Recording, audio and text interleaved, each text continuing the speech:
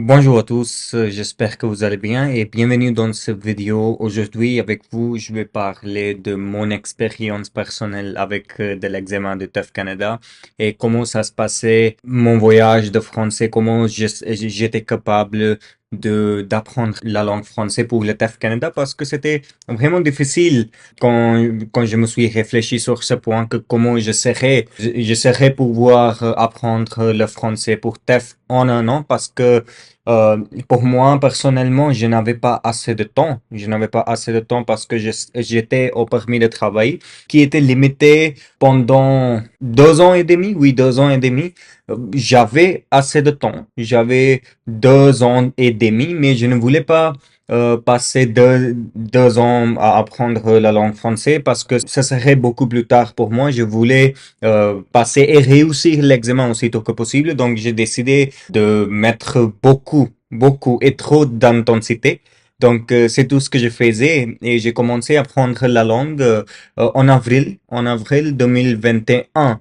OK, et c'était quand j'ai commencé et pendant 4 mois, j'ai bien appris. J'ai appris le niveau A1 et A2 aussi. Donc, avril, mai, juin, juillet, août, ok? Et à la fin d'août, j'ai quitté la langue.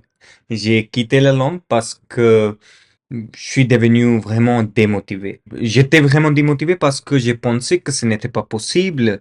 Ok, ce n'était pas possible parce qu'il y avait beaucoup de syllabus, beaucoup de choses à faire au futur, ce qui m'a beaucoup démotivé. Oui, donc c'est pourquoi j'ai quitté cette régularité d'étudier le français. Donc en septembre, octobre, novembre, décembre et janvier tous les 5 mois de 2021 à 2022, je n'ai rien étudié et donc oui, c'était une grande pause dans mon voyage de français. Mais en février, en février, j'ai commencé à réapprendre la langue. En février, c'était le temps quand j'ai connaissais et je savais toutes les choses, toutes les règles de grammaire, le cadre de la langue française. Je savais tout ça, mais je savais pas comment ça serait possible de augmenter mon niveau d'être un débutant à être un avancé. Parce que pour réussir l'examen de TOEFL Canada,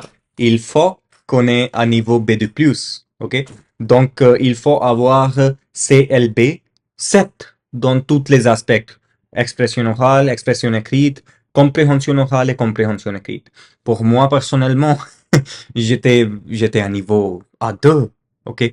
Et c'était vraiment difficile pour moi, même à penser comment ce serait possible, même après avoir réessayé, même après avoir recommencé mon voyage de français. Mais après février 2022, j'ai changé mon mode d'étude. OK, j'ai changé le chemin que je prends pour étudier le français. Avant, j'ai étudié beaucoup plus théorétique. OK, j'ai étudié beaucoup de grammaire, j'ai étudié beaucoup de vocabulaire et beaucoup plus dans les livres Complete French Grammar et Edito A1, Edito B2, mais je n'ai pas expérimenté avec la langue. OK? Et c'était un vrai défi pour moi parce que à cause de la raison de ne pas expérimenter avec la langue, je pouvais pas bâtir une compétence de parler, une compétence d'écouter et même lire avec la vitesse. Mais quand j'ai recommencé en février, je faisais tout ça. Ok, j'ai commencé à parler plus, comme je vous parle en faisant ma vidéo. C'est tout ce que je faisais. J'ai parlé avec moi-même en faisant la vidéo et en revoyant la vidéo et voir mes erreurs et voir à quel temps j'utilise des phrases qui sont problématiques. Donc, c'est comme j'ai commencé à me corriger moi-même. Ok? C'était comme j'ai bâti mon expression orale. Et parlons de mon expression écrite, il y avait mon enseignante qui m'a beaucoup aidé. Elle m'a aidé à bâtir le niveau d'expression écrite de niveau B1 à B2+, C1. Parce que maintenant, le niveau que mon expression écrite est, c'est seulement à cause d'avoir une enseignante. Oui, et c'est très important. Si on n'a pas une enseignante pour apprendre la langue, ce serait pas possible. Ce serait pas possible parce que vous ne saurez pas à quel point vous faites des erreurs, que c'est pourquoi je pense qu'il est très important de faire ça. Et pour la compréhension écrite et compréhension orale, j'ai juste augmenté le volume. Ok, j'ai augmenté le volume, j'ai essayé de lire tout le temps, j'ai essayé de d'écouter tout le temps de toutes les vidéos au YouTube de Prep My Future et aussi de tout d'autres ressources. Je pense que vous savez déjà les ressources, mais c'est tout ce que je faisais et ça a beaucoup marché. Ok, ça a beaucoup marché parce que ce n'est pas ce n'est pas que quelles ressources on utilise, mais c'est beaucoup plus sur combien on pratique, combien on écoute, combien on lit et toutes les choses comme ça. Et après ça, on serait, on serait capable de bien augmenter notre niveau de la langue française. Donc, c'est comme j'ai préparé pour l'examen de TEF. Et dès le temps que j'ai commencé la langue, dans 9 mois, j'ai passé mon premier essai d'examen. Et même dans mon premier essai, j'ai reçu le résultat et j'avais B2 dans tous les aspects. Dans l'expression orale, j'avais B2. Dans la compréhension orale et compréhension écrite, j'avais B2 aussi. Mais dans expression écrite, j'avais B2+. Ok, B2+.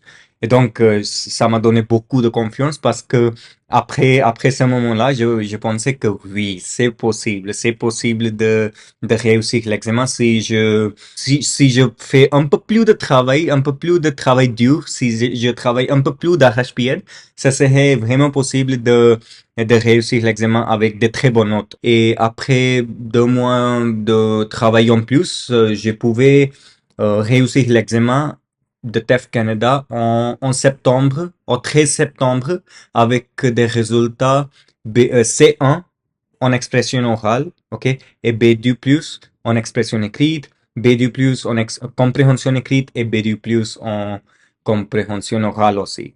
Donc oui, j'étais vraiment heureux. La journée où j'ai reçu mon résultat, j'étais vraiment heureux. Et oui, c'était mon voyage d'apprendre la langue française seulement pour le TEF Canada.